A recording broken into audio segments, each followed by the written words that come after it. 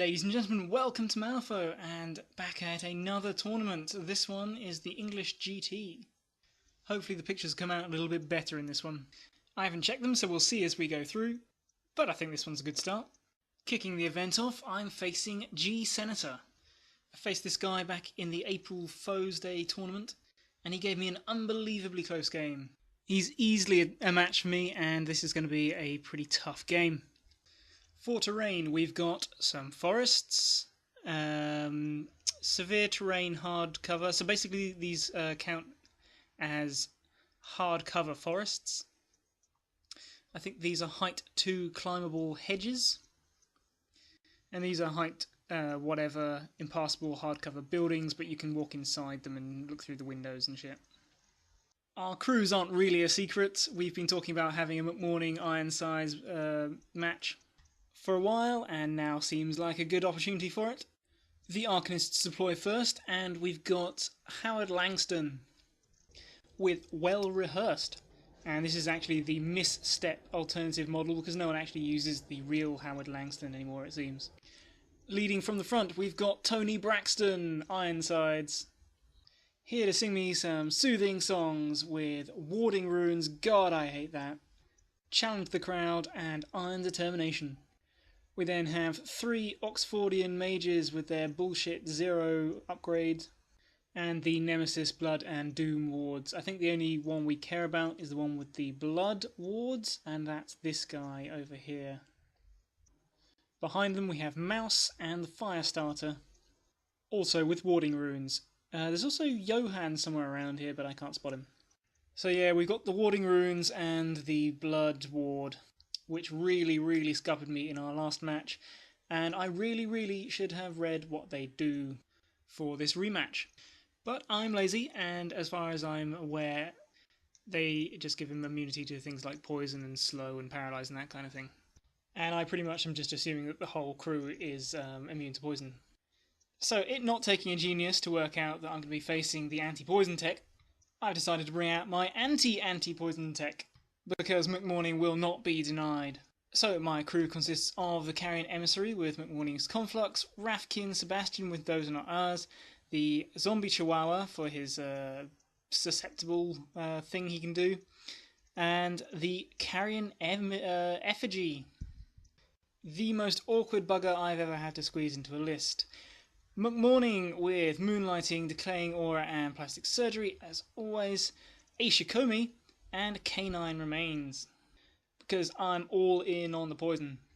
So the strategy is all about killing, and actually I'm still not sure if poison counts for this. I don't think it does, so that's not a good, not something I thought through very well.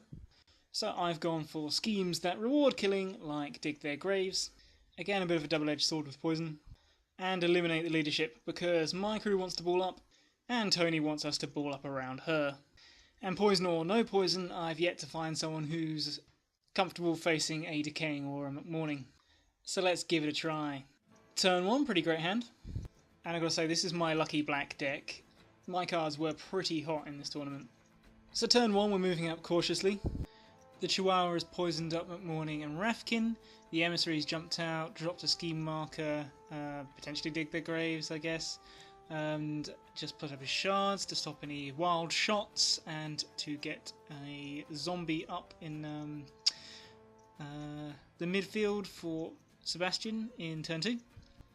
Shikomi is up by the house, and the Canine Remains is up in front of this one. Carrion Effigy coming out wide, keeping nice and safe, and my plan is to shift my crew fully over to this side of the board. The Shikomi's bluffing out over here. I want her to get back over to this side once the crews start to rough and tumble, and I want my dog really hanging around just in case he's got some schemes that he'll be trying to do over this side of the board. The Arcanists seem to have their own plans as they outrange me. They're pretty much fixating on this piece of cover, make it difficult for me to get to the Oxfordian mages, which is a great idea. And we've got Ironsides and Misstep just coming up cautiously, dropping scheme markers. At the end of the turn, things look like this. Arcanists all bunched up in the centre around this terrain, and I've dropped a ton of markers, with McMourning going out dropping markers, injectioning the Emissary to do some more. Again, just shifting over to this side.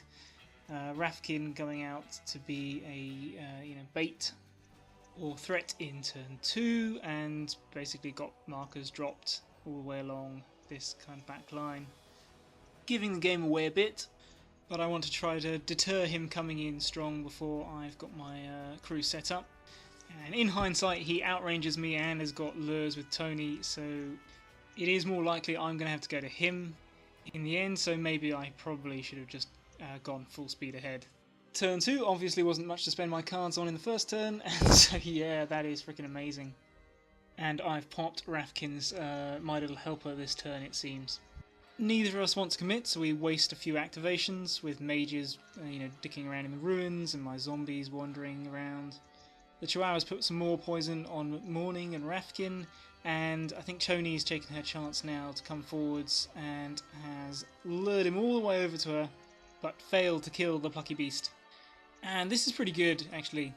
She is great bait here, as in, like, she's reachable by my crew, but it's not easy to get to her with enough AP to make meaningful attacks. And we've got Misstep in the wings, and the mages all bunkered up in this hard cover severe terrain that's easily close enough to support Tony, but hard again for me to get to.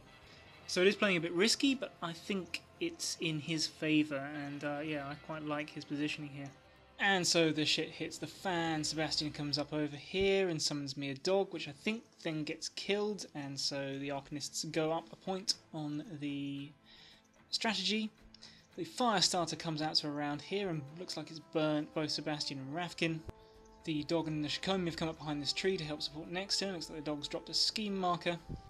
And the Effigy has put up his aura, and McMourning has gone and injectioned him into range of the Firestarter, and then used Rancid Transplant on the Firestarter to put some poison on it. Rafkin went in and should have killed it, but I think I might have black jokered something. And the damn thing is left with 1 wound and poison. So if it dies, I think I get nil points. So we have to do something drastic. So the Emissary flies both walks out to here and then uses his 0 action from Morning's Conflux to shoot into combat, hitting the Firestarter and killing it. I'm not sure why my opponent didn't Soulstone. I think he thought with the poison it was going to die anyway, so it wasn't any point. But yeah, phew, that was amazing. So I get 2 bounty points, putting me ahead for the strategy this turn, and a Dig Their Graves. And at the end of the turn, McMourning poison pushes back out to safety. So we're going to turn 3, and time is a bit pressing actually. We've taken a bit of time to get going.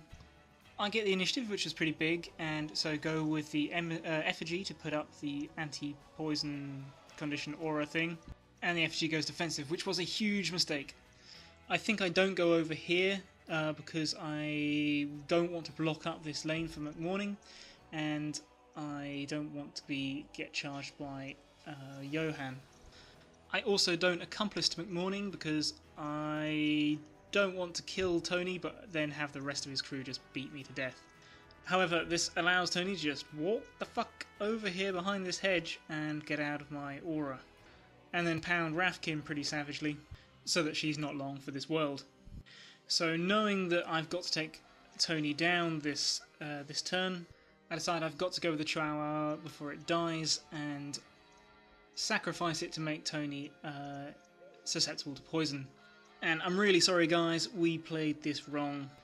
What I didn't realise was that the Warding Runes Blood Ward thing makes the model with Warding Runes immune to all conditions, and susceptible is a condition, and so it shouldn't have worked.